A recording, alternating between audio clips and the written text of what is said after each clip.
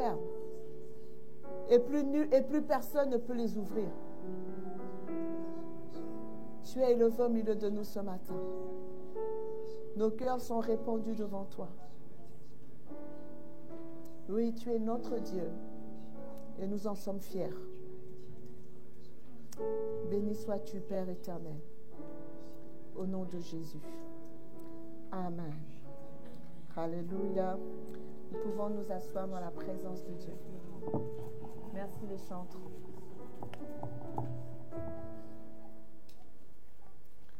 Que le Seigneur nous bénisse ce matin. Alléluia.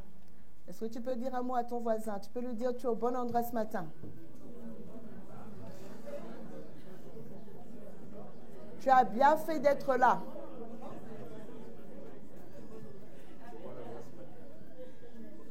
Alléluia.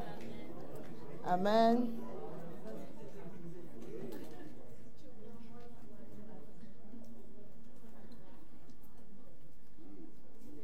La pensée de cette année, c'est de restaurer l'autorité de la parole de Dieu dans nos vies. La parole de Dieu a toute autorité. C'est par elle que Dieu a tout créé. Alléluia. Et c'est par elle encore qu'il continue de créer aujourd'hui. Par la parole, Dieu est capable de créer dans ta vie ce qui n'existe pas et qui devrait exister pour ton bien. Alléluia. La Bible dit que Dieu appelle les choses qui ne sont pas comme si elles étaient et elles viennent à l'existence. Amen. Alors le travail dont tu as besoin ce matin, Dieu l'appelle dans ta vie et il vient à l'existence. Le miracle dont tu as besoin ce matin, Dieu l'appelle dans ta vie et il vient à l'existence. Alléluia. Vous savez, je crois qu'une fois j'ai parlé ici de ce verset de Proverbe qui dit « Un héritage promptement acquis dès le commencement ne sera pas béni quand viendra la fin. » Nous sommes dans un univers où on veut la facilité tout de suite. Mais voyez-vous, l'héritage que nous recevons de Dieu, ce ne sont pas uniquement des possessions. Dieu ne nous donne pas que des choses à avoir. Dieu nous façonne et fait de nous un être particulier. Et ce travail que Dieu fait en nous est aussi un héritage. Parce qu'il nous communique sa nature. Il nous a créés à son image et selon sa ressemblance. Et le péché a fait que nous nous sommes éloignés de cette image de Dieu qui a été en nous dès le commencement. Alors lorsque nous venons à Jésus, le Seigneur ne veut pas seulement nous donner des choses. Il veut aussi nous transformer à son image. Il veut façonner notre caractère pour que nous soyons à nouveau semblables à lui, dans ce qu'il est. Et la Bible nous dit dans 1 Jean que la finalité, c'est tel il est, tel nous sommes. Et donc le Seigneur permet des circonstances dans nos vies parce qu'il s'agit de nous façonner. Il s'agit de nous modeler. Nous avons vu hier pour ceux qui étaient à la retraite Meeting Ciel, l'importance du caractère dans ce que Dieu veut faire avec nous. Alléluia. Souvenez-vous de cette citation. « Ce que tu es parle si fort à mes oreilles que je n'entends pas ce que tu dis. Et je ne vois pas ce que tu as. » Ce que nous sommes parle plus fort que ce que nous disons. Ce que nous sommes communique plus que ce que nous disons. Donc, ça ne sert à rien de travailler l'apparence. Si ça ne vient pas de l'intérieur, ça n'aura aucun effet sur les gens. Il vous est arrivé d'entendre quelqu'un vous parler. Et vous-même, quand vous le regardez, la personne vous parle, elle ressemble à une feuille qui est en train d'être ballottée par le vent, tellement vous la trouvez légère. Et vous savez même que ce qu'elle est en train de dire n'est pas cohérent avec ce qu'elle est. On appelle ça une personne légère. Vous allez vous dire, ah, celui-là est léger. Pourquoi on dit qu'il est léger? Parce que ce qu'il dit ne correspond pas à ce qu'il est. Alléluia. Et le Seigneur est venu pour nous façonner aussi. Dans Hébreux 10, au verset 5, c'est le Seigneur Jésus qui prie. Et il dit à Dieu, si tu avais voulu un sacrifice, je t'en aurais apporté. Mais en m'envoyant dans le monde, tu n'as voulu ni sacrifice ni holocauste, mais tu m'as formé un corps pour faire, oh Dieu, ta volonté. Il a dit à Dieu, tu m'as formé encore pour faire ta volonté.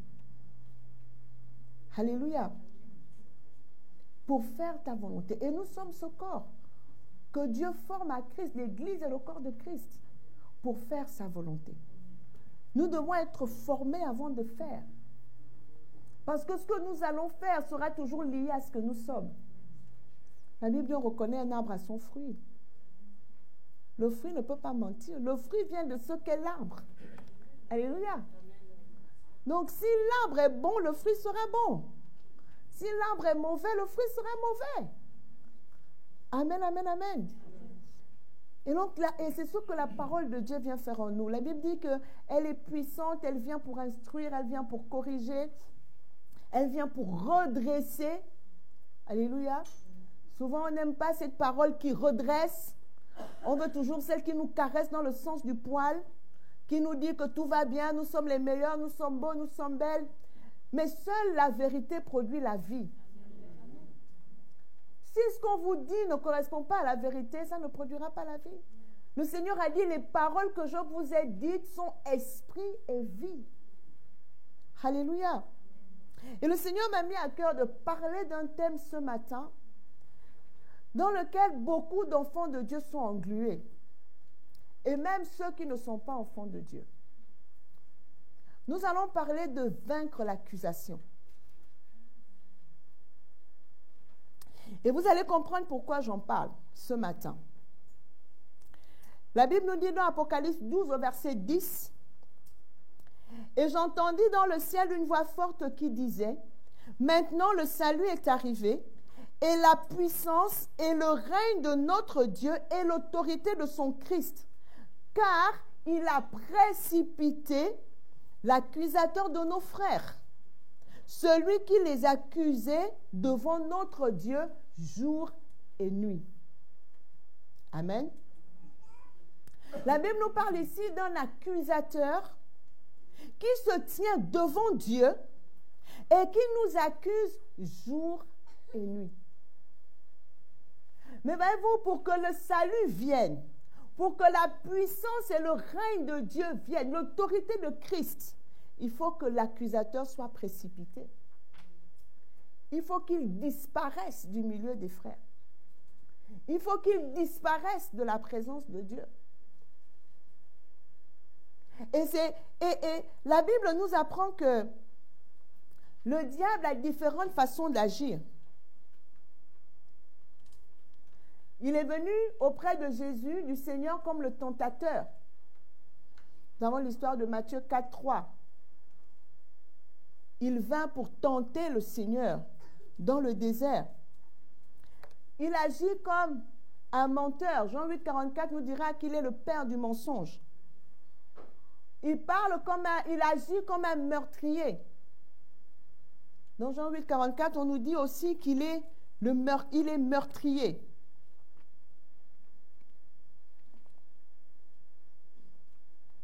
Il agit comme un voleur. Il agit comme un voleur.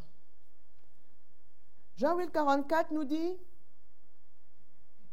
c'est le Seigneur Jésus qui parle, il dit, « Vous avez pour père le diable et vous voulez accomplir les désirs de votre père. Il a été meurtrier dès le commencement. Et il ne se tient pas dans la vérité parce qu'il n'y a pas de vérité en lui. Lorsqu'il profère le mensonge, il parle de son propre fond, car il est menteur et le père du mensonge. » Il agit par la ruse. On voit dans le jardin d'Éden comment il vient tenter Ève par la ruse. Dieu a-t-il réellement dit que? Il agit aussi comme un voleur. Jean 10, 10, le Seigneur Jésus dit, le voleur ne vient que en tant que voleur, il vient pour dérober, donc voler, égorger et détruire. Et le Seigneur dit, mais moi je suis venu afin que mes brebis aient la vie et qu'elles soient dans l'abondance. Mais voyez-vous, l'accusation est la meilleure arme du diable. Il agit aussi comme accusateur. Et vous vous rendrez compte que lorsqu'il a attaqué Jésus comme tentateur, le Seigneur l'a vaincu avec la parole. Il est venu avec le mensonge, le Seigneur l'a vaincu. Il est venu comme meurtrier, il a voulu faire mourir le Seigneur avant le temps. Le Seigneur a vaincu. La Bible nous dit plusieurs fois dans les évangiles, il voulut le faire mourir, mais comme son heure n'était pas encore arrivée, il passa au milieu d'eux. Mais voyez-vous, après que Jésus soit rentré triomphalement à Jérusalem, le diable sort sa dernière carte, l'accusation. On verra la main de Dieu derrière. Parce que la Bible nous dit que lorsque le diable a conduit Jésus à la croix, il pensait que c'était pour sa victoire. Il ne savait pas qu'il était en train, en fait, d'accomplir le plan de Dieu.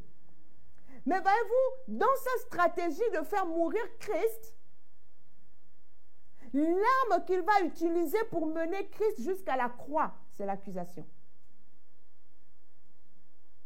C'est par l'accusation.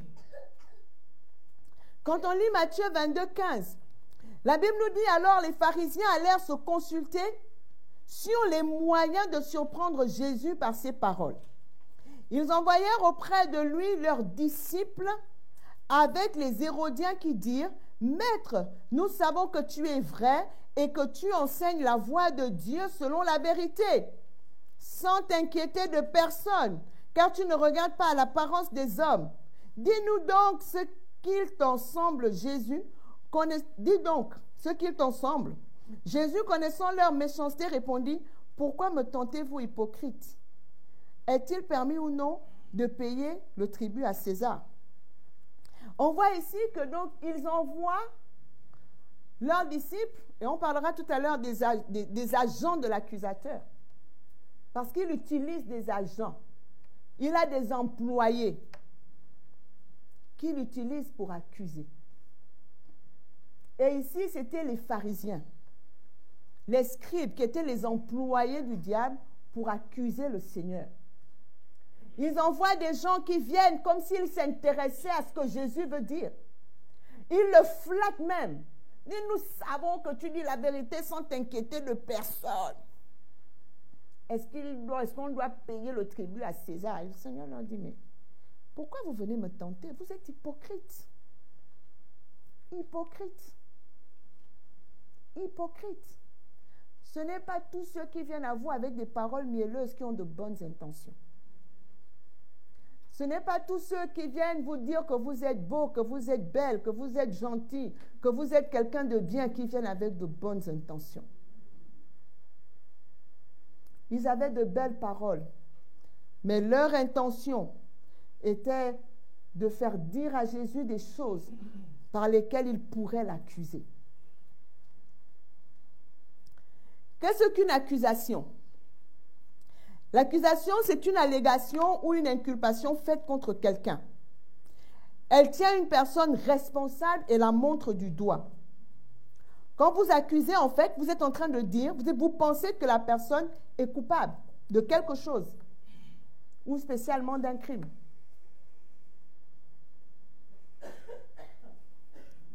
Et le pire, c'est que ceux qui le font, parfois, ils savent pertinemment que ce dont ils accusent est faux.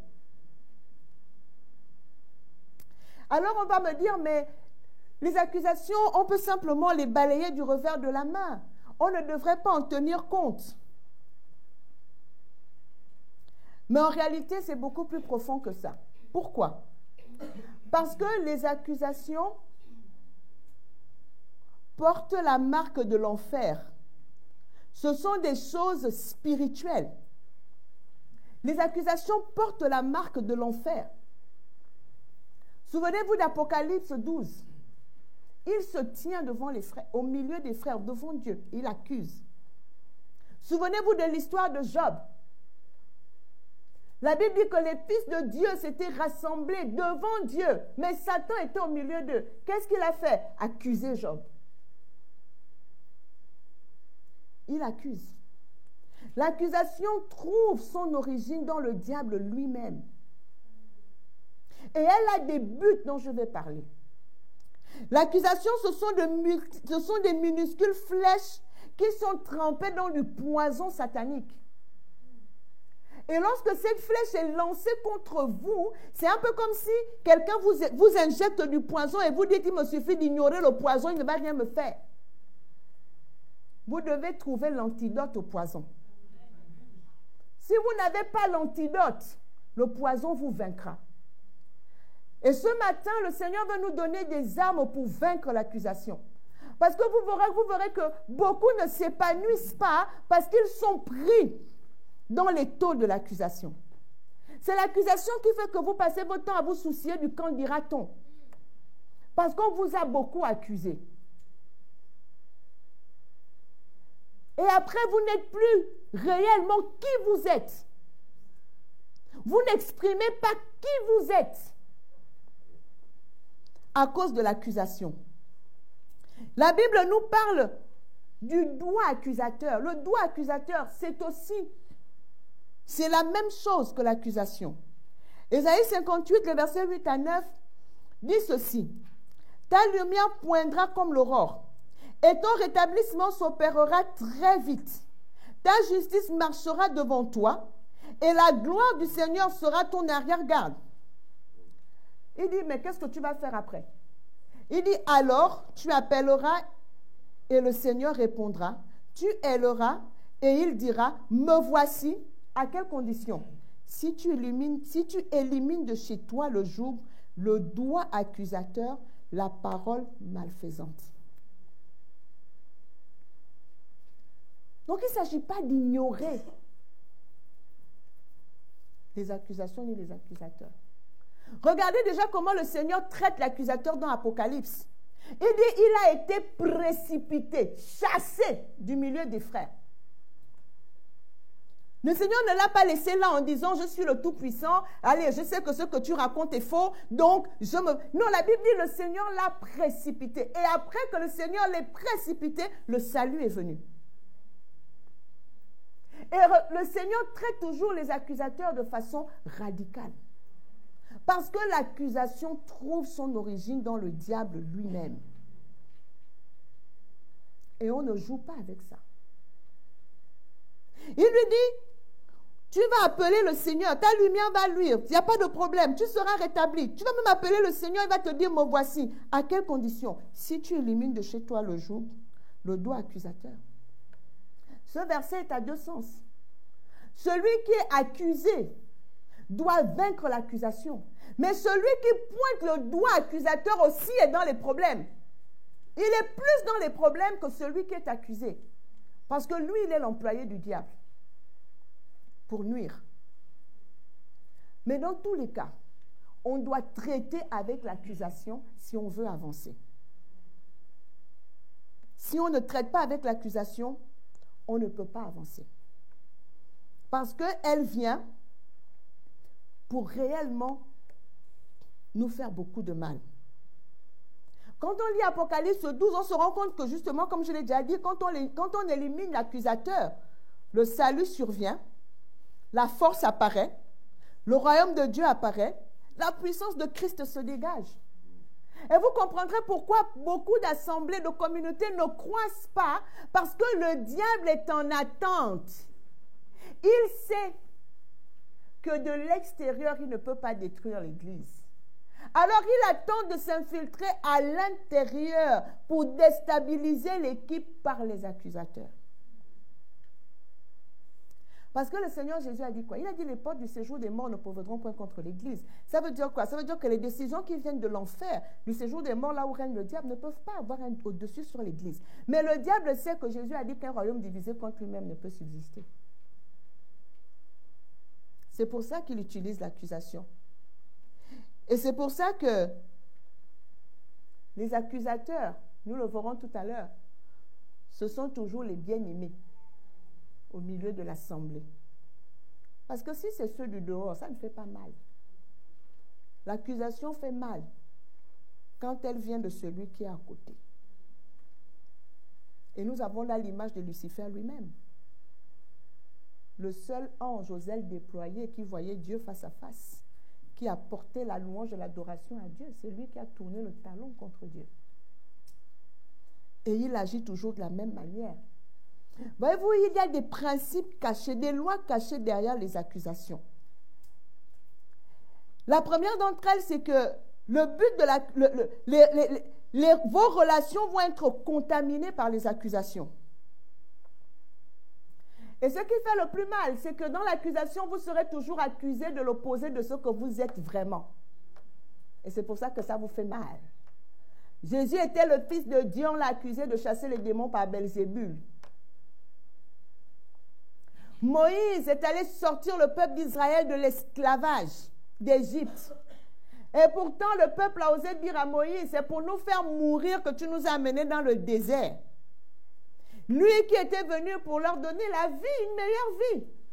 On l'accuse de vouloir faire mourir le peuple d'Israël. Les accusations seront toujours à l'opposé de ce que vous êtes. C'est pour ça que ça fait mal. Donc, si les gens t'accusent trop d'être méchant, quand tu rentres en toi-même, ça veut peut-être dire que tu es quelqu'un de très gentil. Alléluia. Les accusateurs les plus efficaces sont ceux qui sont les plus proches. C'est eux les plus efficaces, les meilleurs employés de l'autre. Le psaume 41,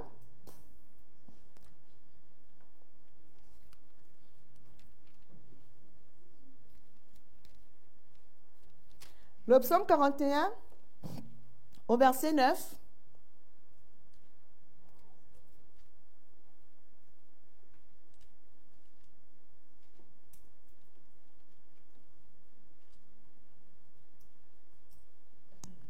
Dans certaines versions, c'est le verset 10. Celui-là même avec qui j'étais en paix, qui avait ma confiance et qui mangeait mon pain, lève le talon contre moi. Il dit, celui-là même avec qui j'étais en paix, qui avait ma confiance et qui mangeait mon pain, c'est lui qui lève le talon contre moi. Les bien-aimés accusateurs. Et vous savez, les accusations vont continuer jusqu'à ce que vous réagissiez mal. C'est pour ça qu'il ne faut pas simplement les ignorer, il faut traiter avec. Et voyez-vous, les causes sous-jacentes à l'accusation, en fait, sont les mêmes causes que la folie. Quand vous lisez ceux qui accusaient Jésus, les pharisiens, ils accusaient Jésus pourquoi? La Bible dit qu'ils accusaient Jésus parce que par sa façon de vivre, Jésus rendait témoignage que leurs œuvres étaient mauvaises. Donc, ils avaient peur de perdre leur aura, de perdre la position qu'ils avaient aux yeux du peuple. Et cette peur s'est transformée limite en paranoïa au point de le poursuivre pour chercher à le faire mourir par tous les moyens. Et souvent, les personnes qui vous accusent, c'est parce que derrière, il y a cette peur. Ils veulent préserver quelque chose qu'ils pensent que vous leur enlevez. Ils pensent que vous êtes en concurrence avec eux alors que ce n'est pas le cas. Vous ne faites que ce que vous trouvez bon de faire. Mais elles manquent tellement d'assurance en elles. Elles savent parfois que leurs œuvres sont mauvaises. Et vous, comme vous êtes la lumière met en exergue leurs ténèbres. Et donc vous devenez la personne à abattre. Vous devenez la personne à abattre. Vous savez, et si vous donnez tort à l'accusateur dans une situation, il va essayer désespérément avec plusieurs autres accusations. Regardez Jésus. Ces 3 ans de ministère, ça n'a été que ça. Jusqu'au moment où ils ont pu l'amener devant Pilate pour le faire crucifier. À partir de fausses accusations. Jésus, on l'a accusé de tout. De tout. Ils l'ont accusé de tout. On l'a accusé de vouloir prendre le trône de César. On l'a accusé de ne pas vouloir payer l'impôt. On l'a accusé d'être le fils du diable. On l'a accusé de semer le trouble parmi le peuple. Lui qui est le Fils de Dieu et qui est venu pour sauver. On l'accusait de tout, de l'opposé de ce qu'il était et de ce pourquoi il était venu.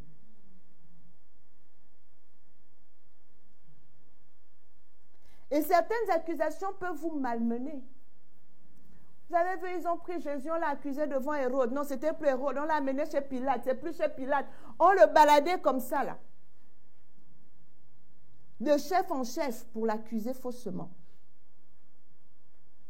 Et vous devez savoir que le motif de l'accusation est plus profond que le problème présenté. Quand quelqu'un vous accuse, l'accusation est superficielle. Il faut aller chercher le problème le plus profond. Et Jésus savait quel était le problème le plus profond. Les pharisiens voulaient continuer leur business. Ils entraînaient les gens dans l'erreur. Le Seigneur Jésus leur dit, vous parcourez le monde entier pour faire un seul adepte. Et quand vous l'avez trouvé, vous en faites un fils digne de l'enfer. Alors que lui, il était venu pour sauver. Et vous savez, quand vous êtes tellement différents, l'admiration se transforme en accusation. La Bible dit que quand Jésus parlait, on disait, mais jamais on m'a parlé de cette façon. Il parlait comme ayant autorité. Il faisait des miracles. Voilà pourquoi on voulait le faire mourir.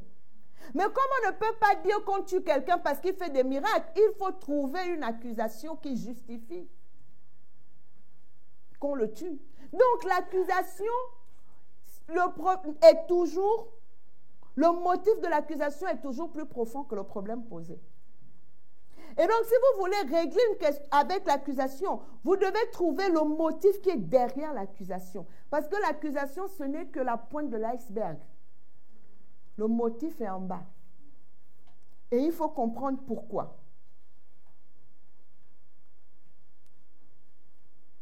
Quels sont les buts de l'accusation? Je crois que la régie ne me suit plus. Quels sont les buts de l'accusateur? Le premier but que l'accusation vise, c'est d'avilir l'accusé. C'est pour ça que vous ne pouvez pas simplement ignorer les accusations. Elles ont pour but d'avilir l'accusé. Elles ont pour but de le couvrir de honte. Elles ont pour but de le faire tomber dans le péché. Et c'est ce qui s'est passé avec Moïse.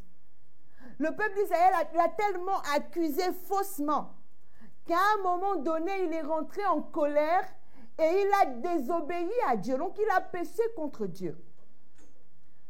Quand le peuple d'Israël voulait l'eau dans le désert, la première fois, le Seigneur lui a dit, frappe le rocher. Et la Bible nous révélera dans Corinthiens que ce rocher qui suivait le peuple d'Israël dans le désert était Christ. Et donc, il a frappé le rocher pour la première fois. L'eau est sortie du rocher. Et c'était symbolique. C'était pour montrer que Jésus-Christ devait être frappé, il devait mourir une fois pour nous donner la vie. Et la deuxième fois, quand le peuple d'Israël se plaint encore qu'il veut de l'eau, Dieu ne lui dit pas de frapper le rocher. Dieu lui dit, parle au rocher. Mais Moïse, excédé par les accusations du peuple de Dieu, excédé par le fait qu'on le malmenait, on l'accusait de tout et de rien. Moïse qui avait tout sacrifié, il était fils de la fille de Pharaon. Il a quitté ce statut-là, préférant être maltraité avec le peuple de Dieu. Mais c'est lui que l'on traîne dans la boue. C'est lui qu'on dit qu'il est venu nous tuer. C'est lui qu'on dit qu'il ne veut pas notre bien. Ils ont même dit à Moïse, pourquoi tu ne nous as pas laissés en Égypte? On était mieux là-bas, en tant qu'esclaves. Et souvent, les pasteurs, nous sommes confrontés à cela. La personne dont tu as pris soin, qui est arrivée à l'église, qui était dans les difficultés, tu l'as encadré, tu l'as aimé, tu t'es montré un père, une mère. C'est lui qui est le premier à tourner le talon contre toi. Qui n'hésite pas à aller voir des gens dans l'église pour leur dire que tu es devenu le diable de service. Que tu es devenu celui qui ne s'occupe pas de ses brebis. Il a oublié la misère dans laquelle il était. Les nuits que tu as passées à prier avec lui. Il a oublié. Il y en a qui créent même des groupes WhatsApp pour critiquer le pasteur après le culte, critiquer les prédications. Il commence à accuser. Et quand tu n'es pas fort, tu tombes dans le péché. Parce que le but de tout ça, on le fera bien, c'est susciter la haine et l'amertume chez l'accusé. Te dénaturer. Et voilà que Moïse, au lieu de parler au rocher comme Dieu lui avait dit, il finit par frapper le rocher. Et cela avait une incidence éternelle, parce que ça voulait dire que Christ aurait dû mourir 2 fois. Et Dieu lui a dit non, je t'ai dit de parler au rocher, je ne t'ai pas dit de frapper le rocher une seconde fois. Et rien que pour ça, Dieu dira à Moïse, tu n'entreras pas dans la terre promise, tu la verras de loin. Moïse n'est pas entré dans la terre promise parce que les accusations ont fini par la mener à pécher contre Dieu. 40 ans d'accusations. 40 ans. Dans le désert avec le peuple de Dieu. Il n'a vécu que ça pendant 40 ans. Et la finalité a été que c'est lui qui n'est pas entré dans la terre promise. Mais pas que lui. Parce que la génération d'accusateurs aussi a péri dans le désert. Dieu leur a dit, vous allez passer 40 ans là jusqu'à ce que toute cette génération meure. Aucune d'entre elles n'entrera dans la terre. Aucun d'entre eux n'entrera si ce n'est Josué et Caleb, qui s'étaient distingués des accusateurs. Le but de l'accusation, c'est susciter la haine et l'amertume chez l'accusé. C'est faire de vous quelqu'un d'amer, qui n'est plus capable de manifester l'amour de Dieu, qui n'est plus capable de faire du bien. Parce que les accusations sont pleines dans vos oreilles. Le but de l'accusateur, c'est de séparer. C'est de séparer. Quand on vient accuser quelqu'un chez toi, le but c'est quoi? C'est que tu ne fréquentes plus la personne. Le but c'est de séparer. Or, notre Dieu est un Dieu qui crée les relations. C'est un Dieu d'amour. La Bible nous dit que pour que l'Église puisse croître, il faut que tout soit ensemble, solidement lié par l'amour qui est le lien de la perfection. C'est ainsi que l'Église tire son accroissement de Christ. Mais le travail de l'accusateur, c'est le contraire. Je parle pour que vous soyez capables de reconnaître les accusateurs.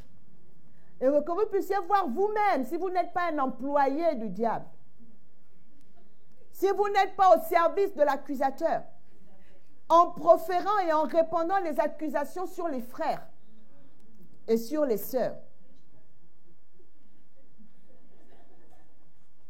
Le but de l'accusateur, c'est de décourager et troubler. Imagine-toi, tu t'engages dans l'église, tu es chaud, tu as trouvé une assemblée, tu dis non, c'est mon assemblée. Et puis il y a quelqu'un qui arrive, le bien-aimé, qui te dit non, moi je connais le pasteur avant toi. Tu ne le connais pas, tout ce que tu vois là, c'est la poudre aux yeux. Ils sont mauvais. Quand tu n'es pas vigilant, qu'est-ce que ça crée? Tu es troublé. Et ces gens-là sont collants. Il va se faire passer pour ton frère bien-aimé. Celui qui dans l'assemblée t'aime plus que tout le monde. Et là, il distille le poison à petite dose. Il te met des petites flèches chaque jour. Petites flèches. Pour à la fin de la journée que tu sois découragé. Et ce qui est terrible, c'est que ceux qui font ça ne quittent jamais l'église. Ce sont les autres qu'ils ont empoisonnés qui partent. Eux-mêmes sont toujours là. Un jour, il y a un frère qui nous a posé une question. Il nous a dit qu'il était dans une assemblée. Et quand il est arrivé, il y a quelqu'un d'autre de l'assemblée qui allait le voir chez lui. Et il a commencé à casser du sucre. Non, l'assemblée là n'est pas bien. Le pasteur est comme ça. Sa femme est comme ça. Et quand il a fini,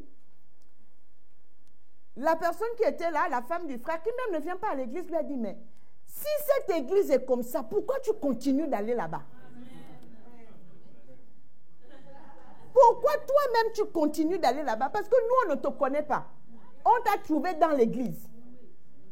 Maintenant, tu viens nous voir, nous, qui t'avons trouvé à l'église, pour nous dire que l'église là, c'est la pire de toutes les églises. Les pasteurs là sont mauvais. Mais comment se fait-il que tu nous dis que ça fait 4 ans, 5 ans que tu es là-bas? Tu n'as pas encore eu le temps de partir? Parce que s'ils étaient comme tu dis là, on ne t'aurait pas trouvé là-bas. On ne t'aurait pas trouvé. Comment toi on te trouve? Mais ce sont tu viens nous dire à nous que les pasteurs sont mauvais. Je vous dis souvent, parfois il y a beaucoup de jalousie derrière. Exactement ce que le diable a fait avec l'homme. Le diable voulait une place particulière auprès de Dieu qu'il n'avait pas et que Dieu a donné à l'homme parce que les anges ne sont pas faits à l'image de Dieu. Les anges ne sont pas faits selon la ressemblance de Dieu. Dieu nous a créés à son image, selon sa ressemblance, pour faire de nous des vis-à-vis. Et il nous a donné la terre pour que nous régnions dessus, comme lui, il règne dans le ciel. Le diable n'a pas aimé. Il s'est dit en lui-même, je vais mettre l'inimitié entre l'homme et Dieu pour faire échouer le plan de Dieu, pour blesser le cœur de Dieu. Je vais le séparer de cette créature qu'il aime tant et à qui il a donné un positionnement au-dessus du mien. Et souvent, il y a beaucoup de ça. Quelqu'un vit dans l'église, il sait qu'il vit dans le péché. Et il sait que le pasteur lui reproche le péché dans lequel il vit. Et donc, il sait ça. Mais ce n'est pas ce qu'il va venir vous dire. Il va venir vous dire que le pasteur ne m'aime plus. Parce qu'il réalise que toi, tu es en train de développer une relation saine avec le pasteur. Donc, il vient pour te séparer du pasteur parce qu'il est jaloux de la relation que tu es en train de bâtir. Il est jaloux du fait que tu es en train de t'affermir dans l'église.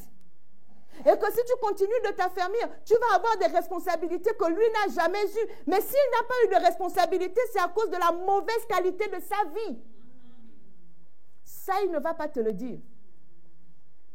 Il va juste te dire que regarde, moi je suis là depuis. Ils ne m'ont jamais responsabilisé. Ils ont responsabilisé tel qui est venu après moi. Parce qu'en réalité, ils sont partis. Il ne vous dira pas la vérité. Mais sachez que quand quelqu'un vient vous voir avec des paroles accusatrices, avec des paroles qui créent en vous le trouble, des paroles qui vous séparent des gens avec qui vous n'avez jamais eu de problème, il est envoyé par l'accusateur. Et il est en train de faire le travail. Le but de l'accusateur, c'est de faire d'un ami un ennemi. Quelqu'un avec qui vous n'avez pas de problème. Quand l'accusateur passe par là, votre regard sur la personne change, alors que vous n'avez jamais eu de problème. Mais comme nous l'avons vu hier, Dieu nous bénit dans l'interdépendance les uns avec les autres. La personne de qui on est en train de te séparer là, peut-être que c'est la personne par laquelle Dieu a prévu que ta bénédiction va passer. Et souvent même c'est le cas.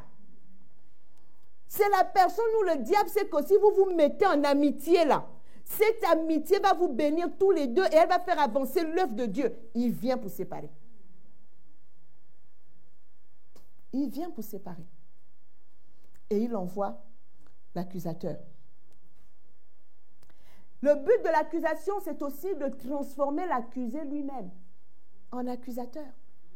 C'est pour ça que vous devez comprendre ces choses et pouvoir vous en préserver. Parce que, comme je dis souvent, la Bible dit, ne rendez pas le mal par le mal, mais surpassez le mal par le bien. Et je dis souvent que les hommes de bien mettent un honneur à ne pas faire le mal. Et quand ils en sont victimes, ils mettent un double honneur à ne pas rendre le mal par le mal et à surpasser le mal par le bien. C'est ce que Dieu fait en nous. Mais souvent, ce que l'accusateur veut faire, c'est que tu es tellement accusé que toi-même tu te transformes en accusateur. Quand tu apprends que tel a dit ceci sur toi, tel a dit ceci, tel a dit ceci, toi aussi tu commences, quoi il a dit sur moi, mais lui-même d'abord. Mais lui-même d'abord. Toi aussi tu deviens accusateur. Et quand tu commences comme ça, tu ne t'arrêtes pas à celui qu'on t'a dit. Hein? Lui-même d'abord, et puis d'ailleurs, et l'autre là aussi, et l'autre là aussi, et l'autre là aussi. Et tu rentres dans le jeu que l'ennemi veut te faire jouer. Parce que là où il y a l'accusation, Dieu n'agit pas. Le salut ne vient pas. La puissance de Dieu ne se manifeste pas. Il faut éliminer l'accusation. Il faut éliminer le doigt accusateur. Il faut le chasser. Le but de l'accusation, c'est nous empêcher d'avancer. Comme je disais tout à l'heure, quand tu es en train d'avancer, c'est valable dans l'entreprise. Hein? Tu rentres dans ton entreprise, on vient de t'embaucher, il y a toujours un qui va venir te dire que non, le manager là, fais attention à lui. Ce manager-là, méfie-toi. Il veut te communiquer la mauvaise atmosphère que lui-même il a créée avec le manager. Toi, tu n'étais pas là. Donc, tu vas venir hériter d'animosité que tu ne connais pas. Et si tu ne te mets pas avec lui contre le manager, tu deviens aussi son ennemi. Et c'est là où tu comprends que c'est lui le problème.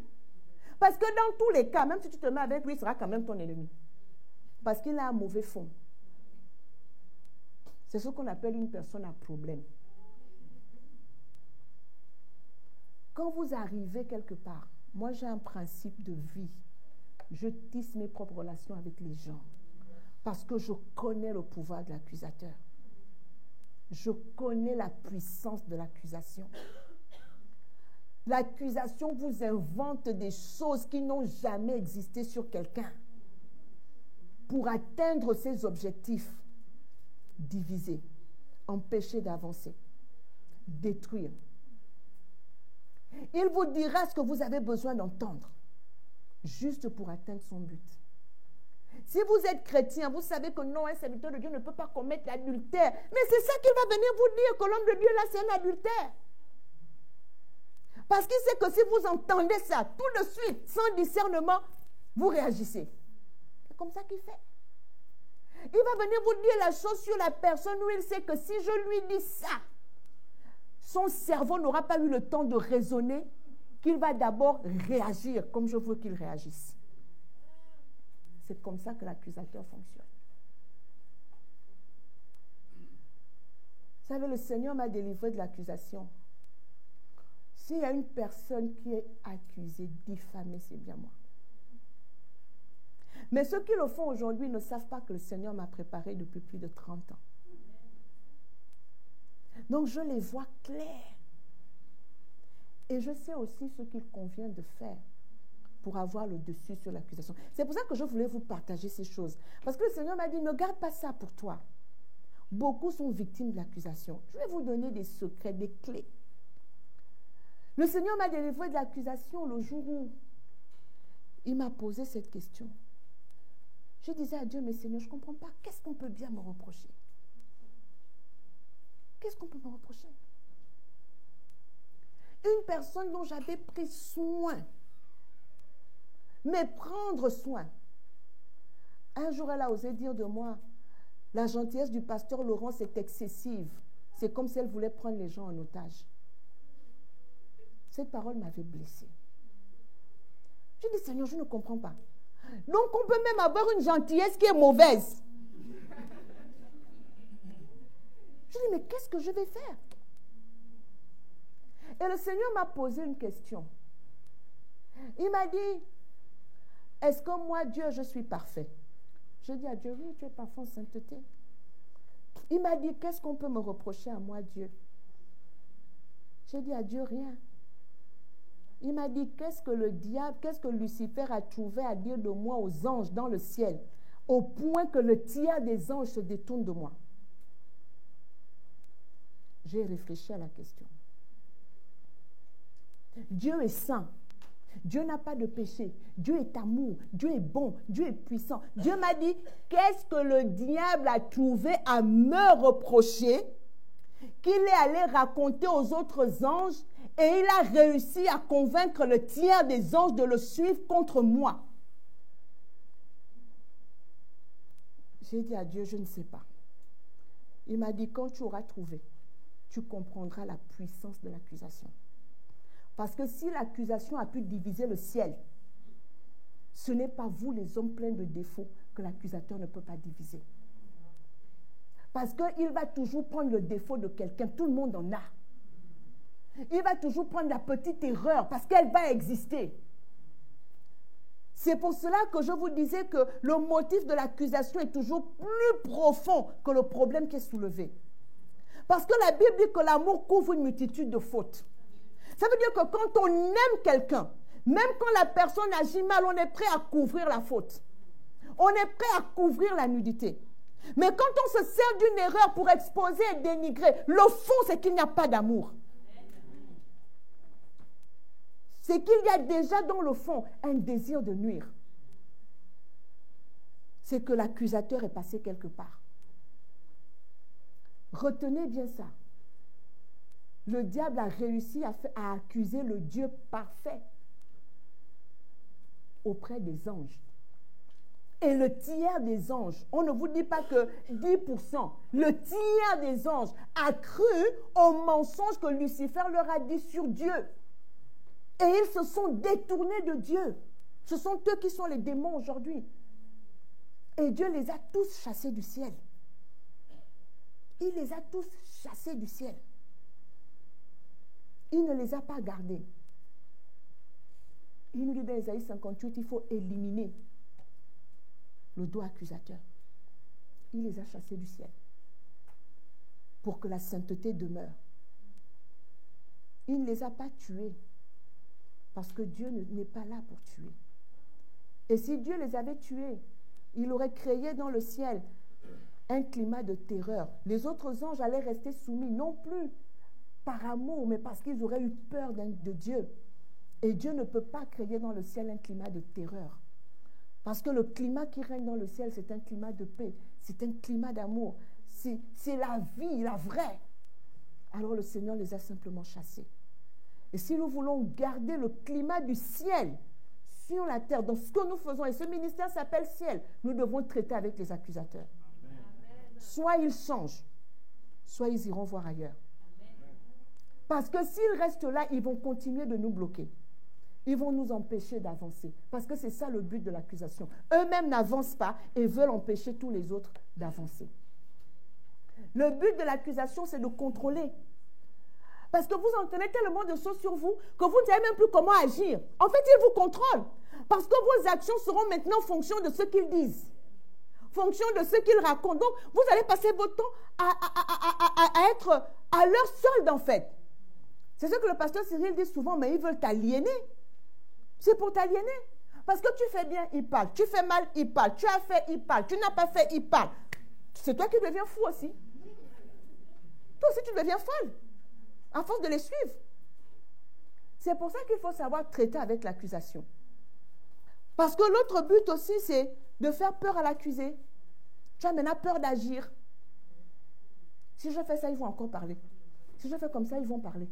Si je dis ça, vous savez qu'il y a des assemblées où le pasteur a même peur de ce qu'il va dire sur l'estrade. Il n'est plus libre de prêcher selon ce que Dieu met sur son cœur. Parce qu'il sait qu'il y a une bande d'accusateurs qui est là, comme les pharisiens. Dès que Jésus avait fini de prêcher, ils étaient déjà là pour dire que tu as dit que pourquoi. Le pasteur est maintenant lié dans sa propre église. Il ne peut plus prêcher. Non, il ne faut pas qu'il prêche contre la fornication. Parce que les fornicateurs sont dans un coin, ils attendent pour dégainer.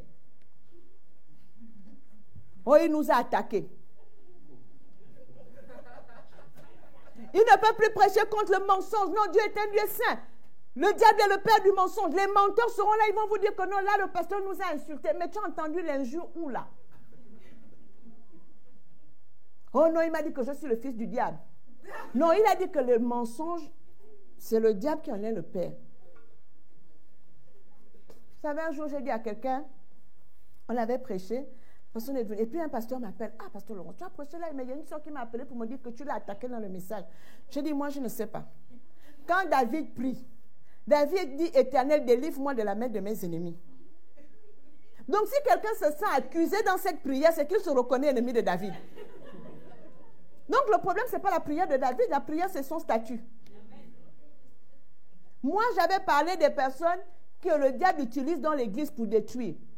Je dis donc, si la personne reconnaît qu'elle est un instrument du diable pour détruire, qu'elle se répande.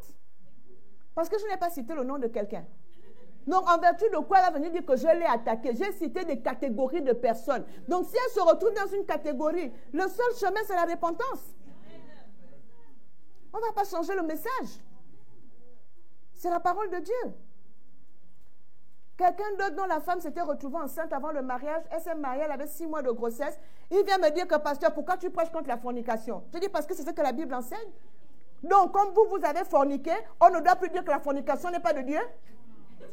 Ça doit maintenant devenir la norme. Ça veut dire que vous n'avez pas traité avec votre péché. Ça veut dire que vous ne vous êtes pas repenti. Parce que quand David s'est repenti de son péché, il a dit à Salomon, crains le Dieu de ton père et ne t'en détourne ni à droite ni à gauche. Parce que j'ai fait l'expérience de me détourner de Dieu et c'est une expérience amère. Alors à toi, mon fils, je dis de ne pas faire la même chose. Quand on s'est repenti d'un péché, on n'en a plus honte. On est capable de dire aux autres, voilà ce que j'ai fait, voilà ce que ça m'a coûté, ne faites pas comme moi. Amen. Mais si on continue de couvrir un péché, c'est qu'on est toujours dedans. Et la Bible dit, celui qui cache ses transgressions ne prospère pas. C'est celui qui les avoue et les délaisse qui obtient miséricorde. Et donc le but, c'est aussi de nous affaiblir, de nous tromper. Ils veulent nous stéréotyper. Ça veut dire que ce sont eux maintenant qui veulent nous façonner. Ils veulent nous imposer une façon d'agir.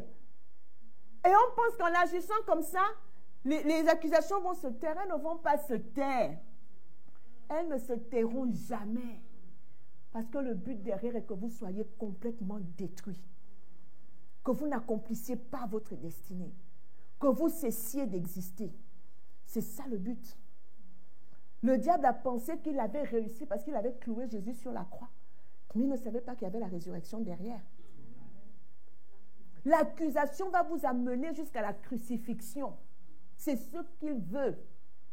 Pour vous anéantir en pensant que vous n'agirez plus jamais. Et pour finir, l'accusation, son but est de détruire les relations. Tu es en bon terme avec quelqu'un, on va venir détruire. Tu es en bon terme dans l'église, il faut détruire. Tu es en bon terme avec ton manager, il faut détruire. Tu es en bon terme avec tes collègues. Il y a toujours l'accusateur, n'oubliez pas, il vient pour dérober, égorger et détruire. Il ne fait pas autre chose. Et on va finir avec comment vaincre, comment faire taire l'accusateur. Il y a la prière, la première arme. Il y a la prière. Et tout à l'heure, je vais vous lire la prière de David contre les accusateurs. C'est une prière qui m'a fait peur. Ah, les prières de l'Ancien Testament étaient graves. Hein? L'accusateur. Il y a la prière pour vaincre l'accusation. C'est la première arme. On doit se tenir dans la prière.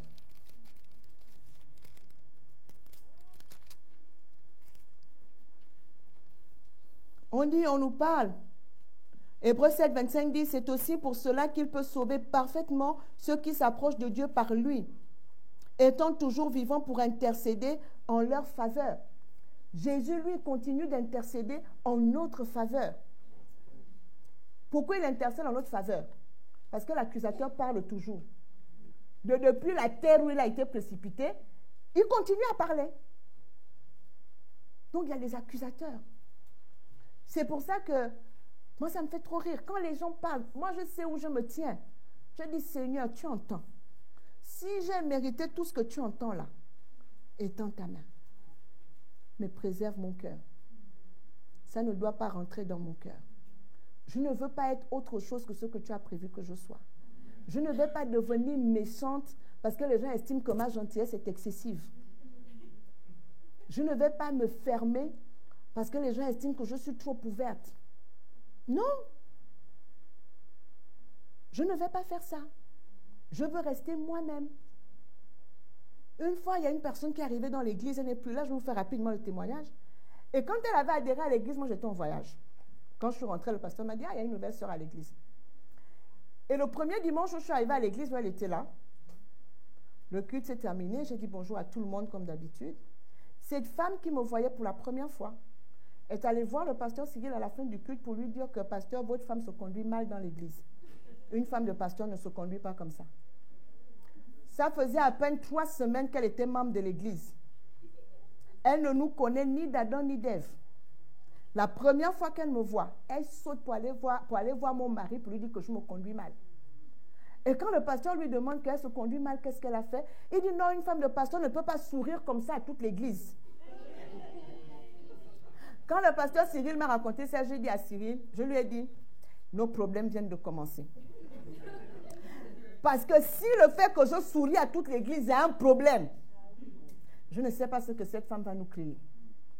Je ne sais pas ce qu'elle va nous crier. Et on est parti elle sourit à toute l'église. Elle est revenue voir le pasteur pour dire que non, mais votre femme est gentille avec tout le monde sauf avec moi. Et je vous dis, cette soeur était antillaise. Elle a fait partir de l'église toutes les sœurs antillaises qui étaient là, sauf une ou deux. Et elle allait toutes les voir pour leur dire que le pasteur Laurence est méchante, elle ne m'aime pas, elle aime tout le monde sauf moi, etc., etc. Et les gens ont commencé à changer de comportement. Jusqu'au jour où il y a une d'entre elles qui est venue me voir et qui m'a dit, pasteur, je ne comprends pas. Moi, je n'ai rien à vous reprocher, mais à chaque fois que cette soeur me parle de vous, elle dit tellement de mauvaises choses que j'ai réalisé que mes sentiments vis-à-vis de vous étaient en train de changer. Et le Seigneur m'a dit, mais qu'est-ce que le pasteur t'a fait pour que tes sentiments changent? Et j'ai compris qu'en fait, ce qu'elle racontait n'était pas vrai. Et elle a suivi la scène, parce qu'elle a suivi quand la sœur me parlait, et tout de suite, elle a couru pour dire, « Ah, je ne sais pas ce que la sœur vous a raconté, pasteur Laurence, mais franchement, je ne comprends pas ce qui est entre nous, je ne sais pas quel est le problème, et pourtant vous ne m'avez rien fait. » Elle est partie dans des trucs, mais à dormir debout. Mais en fait, c'est elle-même qui avait des problèmes. Et on a su qu'elle avait déjà été chassée de plusieurs églises. Et donc, le pasteur Cyril a fini par lui dire que maman ne vient plus. Reste là où tu es, l'église s'en portera mieux.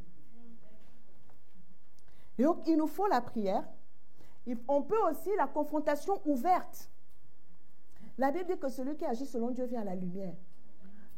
Donc, les histoires qu'on vous dit, mais il ne faut pas dire. Ça veut dire que l'accusateur est derrière. Parce que l'accusateur n'aime pas être amené à la lumière. Si ce que tu dis est vrai, on va aller voir le bien-aimé ou la bien-aimée pour l'aider. Parce que si elle est comme tu as dit là, c'est qu'elle a besoin que le Seigneur la visite. Elle a besoin que le Seigneur la transforme. Donc nous irons la voir ensemble. Je vais dire que frère, je vais dire sœur, le bien-aimé est venu se plaindre. Donc nous allons régler l'affaire. Dès que vous leur dites ça, c'est « Oh non, il ne faut pas amener mon nom. » Je ne t'ai pas dit ça pour que tu ailles dire. Vous savez que la motivation derrière, ce n'est pas de faire du bien. Il y a aussi l'enseignement. Le Seigneur Jésus, quand on l'accuse de ne pas se laver les mains, il enseigne. Quand on l'accuse de ne pas, ses disciples de ne pas jeûner, qu'est-ce qu'il fait? Il enseigne sur le jeûne. Il dit, ils n'ont pas besoin de jeûner parce que l'époux est encore avec eux. Quand l'époux ne sera plus là, ils jeûneront. Donc, il y a aussi l'enseignement. Il y a la logique du bon sens. Un peu ce dont j'ai parlé tout à l'heure, où la sœur a dit que, mais toi, tu fais encore quoi dans l'église où tout le monde est mauvais? Donc, il y a la logique du bon sens. Et le Seigneur Jésus aussi l'emploie. Jean 18, 36, vous pourrez regarder. Et il y a aussi le fait d'être d'accord avec l'accusateur. Ça peut nous surprendre. Mais on peut être d'accord avec l'accusateur. Quand il dit, parce que l'accusateur veut te dénaturer. Quand ils ont dit à Jésus, Marc 14, 62, tu dis que tu es le Fils de Dieu, il dit oui, je le suis. Il dit je le suis. Il dit oui, j'assume. Il y a des gens qui vivent en dessous de ce qu'ils devraient être. Parce qu'on leur a dit que non, toi tu es trop ambitieux. Donc tu diminues tes ambitions. Comme on t'a dit que tu es trop ambitieux. Oui, je suis ambitieux. L'ambition est saine. L'ambition est saine. La Bible nous dit même dans la parole de Dieu, aspirez aux dons les meilleurs. Aspirez aux dons les meilleurs. La Bible dit, avec Dieu, nous ferons des exploits. Et Jésus a dit, celui qui croit en moi fera les œuvres que j'ai faites, il en fera même de plus grandes parce que je m'en vais au Père. Oui, j'aspire à faire de grandes choses. Ce qui est mauvais, c'est de penser que la fin justifie les moyens et de mettre son ambition au-dessus de toute valeur. Au point d'être prêt à tout et n'importe quoi juste pour atteindre une ambition. Ça, c'est ce que Dieu ne veut pas. Mais Dieu nous demande d'être ambitieux. Dieu nous demande de voir grand. Parce que lui-même, il est le grand Dieu. Tu as le droit de rêver d'être le meilleur ingénieur du monde. Tu as le droit de rêver d'être la meilleure communicante. Tu as le droit d'avoir pour projet d'être le meilleur dans ce que tu fais. Déjà, nous avons l'ambition d'être la meilleure version de nous-mêmes. On a le droit. Et donc, oui, on t'accuse que oui, tu es ambitieux. Oui, je le suis. Oui, c'est le chemin que Dieu a tracé pour moi. Il y a des gens à qui Dieu appelle au poste de responsabilité, même dans l'église. Tu sais que Dieu t'appelle à être responsable, mais tu vas faire la fausse humilité. Parce que tu as peur qu'on dise que tu es pointu. Tu as peur qu'on dise que tu es trop ambitieux. Tu as peur qu'on dise que non.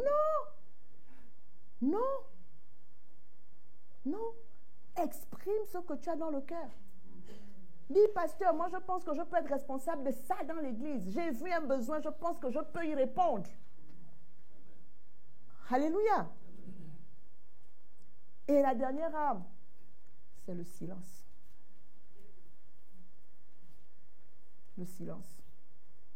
Jean 18, 20, 21, ils interrogent Jésus. Jésus décide que là, il ne répond pas. Il n'a pas à se justifier. Après, au point où ils vont même lui dire que quoi? Au milieu de toutes ces accusations-là, tu ne réponds rien. On dit, Jésus répondit, j'ai parlé ouvertement au monde. J'ai toujours enseigné dans la synagogue et dans le temple où tous les Juifs s'assemblent. Et je n'ai rien dit en secret. Il dit, pourquoi m'interroges-tu? Interroge ce que je leur ai dit. Interroge sur ce que je leur ai dit, ceux qui m'ont entendu. Voici ceux-là savent ce que j'ai dit. Il demande à Jésus encore de justifier son ministère. Il dit, là, je ne dirai rien. Interrogez ce que j'ai enseigné. Je n'ai rien à dire. Parce que l'accusateur va parfois nous amener à nous justifier indéfiniment. Dans Jean 19, 9 à 11, si on peut l'afficher aussi rapidement, Jésus ne répond pas. Il ne répond pas.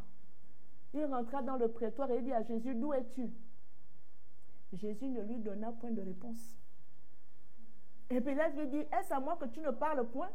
Ne sais-tu pas que j'ai le pouvoir de te crucifier et que j'ai le pouvoir de te relâcher? Jésus répondit, tu n'aurais sur moi aucun pouvoir s'il ne t'avait été donné d'en haut. Il dit, c'est pourquoi celui qui me livre à toi commet un plus grand péché. Mais jusque-là, il n'a toujours pas répondu à la question de Pilate. Parce qu'il estime qu'il n'a pas à y répondre. Il n'a pas à se justifier. Il n'a rien à dire. Et il se tait. C'est tout. Voilà comment on traite avec les accusateurs. La prière qui nous aide à garder notre cœur pur, à les remettre entre les mains de Dieu.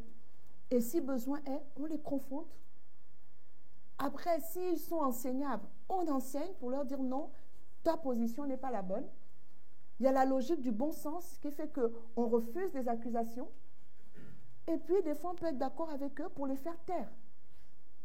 On dit oui, ce que tu as dit là, c'est la vérité. C'est bon. Et après, une fois que tu as dit ça, et après, ils n'ont pas la suite. Et nous taire, savoir nous taire, savoir les laisser causer. Et nous, on sait l'objectif que l'on poursuit avec le Seigneur. Et on va finir avec le psaume 109, qui est la prière de David contre les accusateurs. David dit ceci, « Dieu de ma louange, ne te tais point, car ils ouvrent contre moi une bouche méchante et trompeuse. » Il dit, « Ils me parlent avec une langue mensongère, ils m'environnent de discours haineux, et ils me font la guerre sans cause. Tandis que je les aime, ils sont mes adversaires. Ils me rendent le mal pour le bien et de la haine pour mon amour. » Il dit, place-le sous l'autorité d'un méchant et qu'un accusateur se tienne à sa droite. Vous savez, lorsque Dieu vous a mis en présence de gens qui vous ont aimé et que vous ne vous êtes pas comporté correctement, vous allez vous retrouver en face de gens méchants. Et vous vous souviendrez que là où vous étiez, vous avez craché sur l'amour. C'est comme ça que Dieu agit.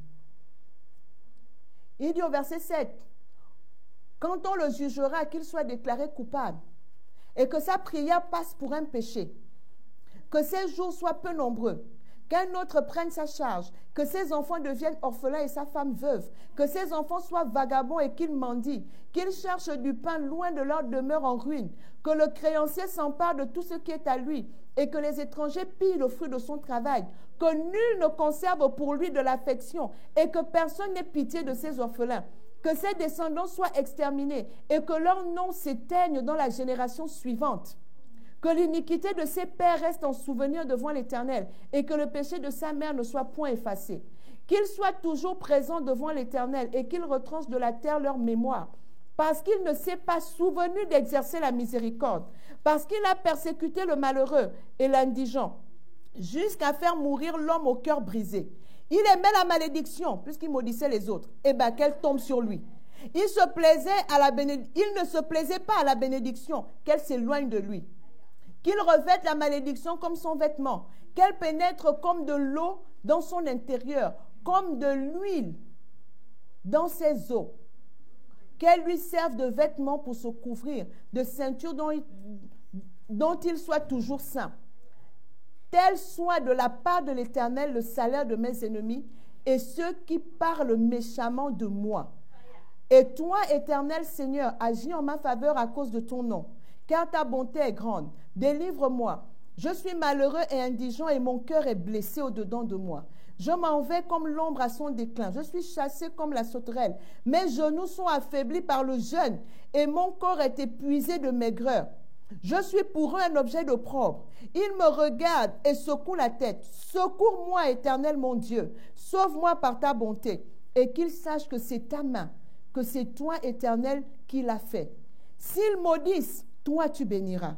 S'ils se lèvent, ils seront confus et ton serviteur se réjouira.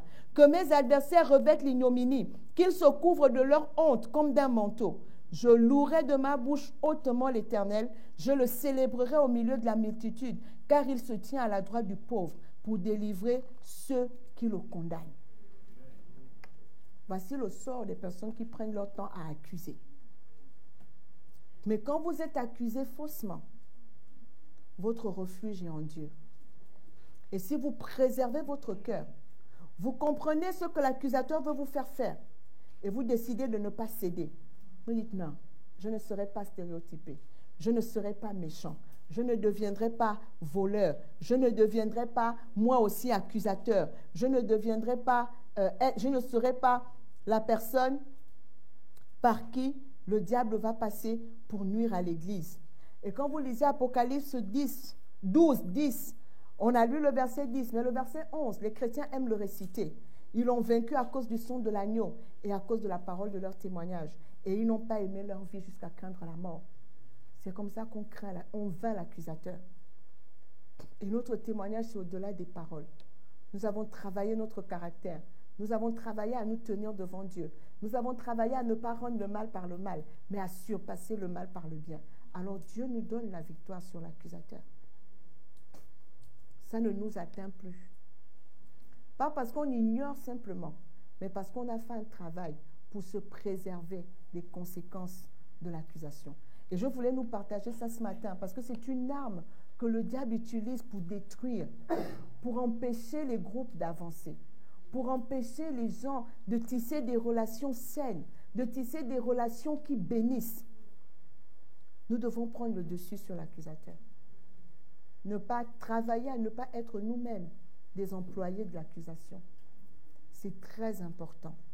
Si nous voulons voir la gloire de Dieu dans nos vies, comme on l'a vu tout à l'heure, si nous voulons voir la gloire de Dieu, il dit quand l'accusateur tombe, il dit maintenant le salut est arrivé et la puissance et le règne de notre Dieu et l'autorité de son Fils, car il a précipité l'accusateur de nos frères, celui qui les accusait devant notre Dieu jour et nuit.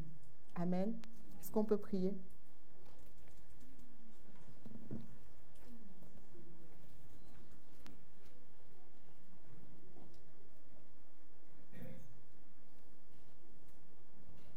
Merci Seigneur.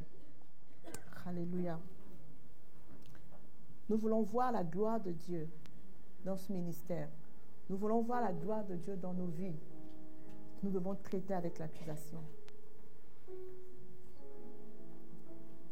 Ta bénédiction n'est pas proportionnelle à l'échec de l'autre. Dieu veut le bien de tout le monde.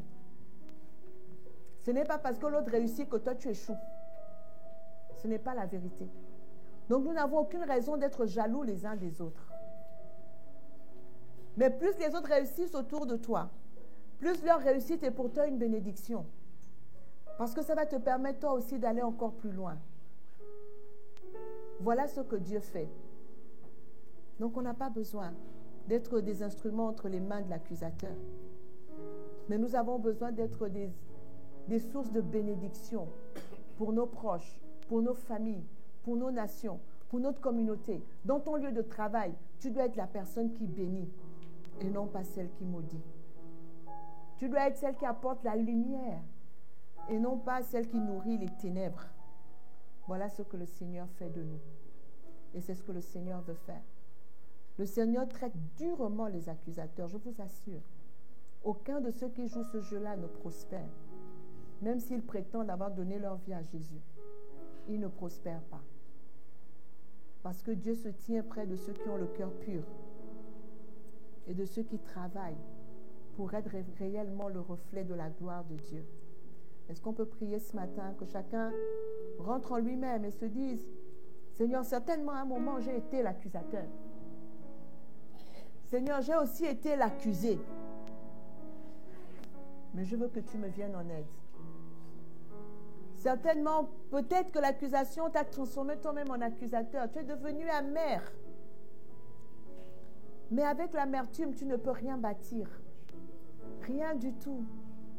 La Bible nous demande même dans l'Église de veiller à ce qu'aucune racine d'amertume ne pousse et ne donne des rejetons. Parce que l'amertume ne bénit pas. Et je veux prier pour des personnes ce matin. Les accusations t'ont rendu amer. J'aimerais qu'on m'apporte l'huile d'onction. L'huile, c'est le symbole du Saint-Esprit, répandu sur le cœur. Et ça va t'apporter la guérison. Tu as tellement été accusé. Et tu sens que l'accusation a agi sur toi. Tu t'es senti affaibli. Tu ne sais plus comment faire pour te relever. Tu ne sais plus ce qu'il faut faire. Tellement l'accusation a pesé sur toi. Mais le Seigneur a précipité l'accusateur ce matin. Et il veut guérir les blessures que l'accusation a pu causer dans ta vie. J'aimerais qu'on garde les yeux fermés. Et si tu reconnais vraiment que tu as besoin de guérison parce que l'accusation a failli te détruire. Oui, tu as fait des erreurs, mais tu sais qu'on s'est servi de ces erreurs-là pour t'enfoncer encore plus au lieu de te relever. Et ça t'a blessé.